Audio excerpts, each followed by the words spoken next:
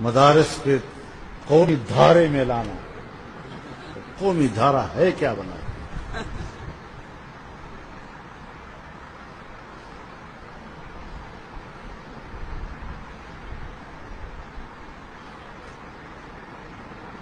گاؤں گاؤں محلہ محلہ اس کے اندر مولوی صاحب بیٹھا ہوا ہے. قوم کی جڑوں میں مولوی موجود ہے. بچے بچے کو اللہ کا کوئی نام بتانا، کوئی چھوٹا سا رسالہ، سبق، سپارہ پڑھانا، یہ مولوی صاحب کر رہا ہے. عام آدمی کی خوشی اور غمی کے مجالس مولوی کے بغیر پورے نہیں ہوتے.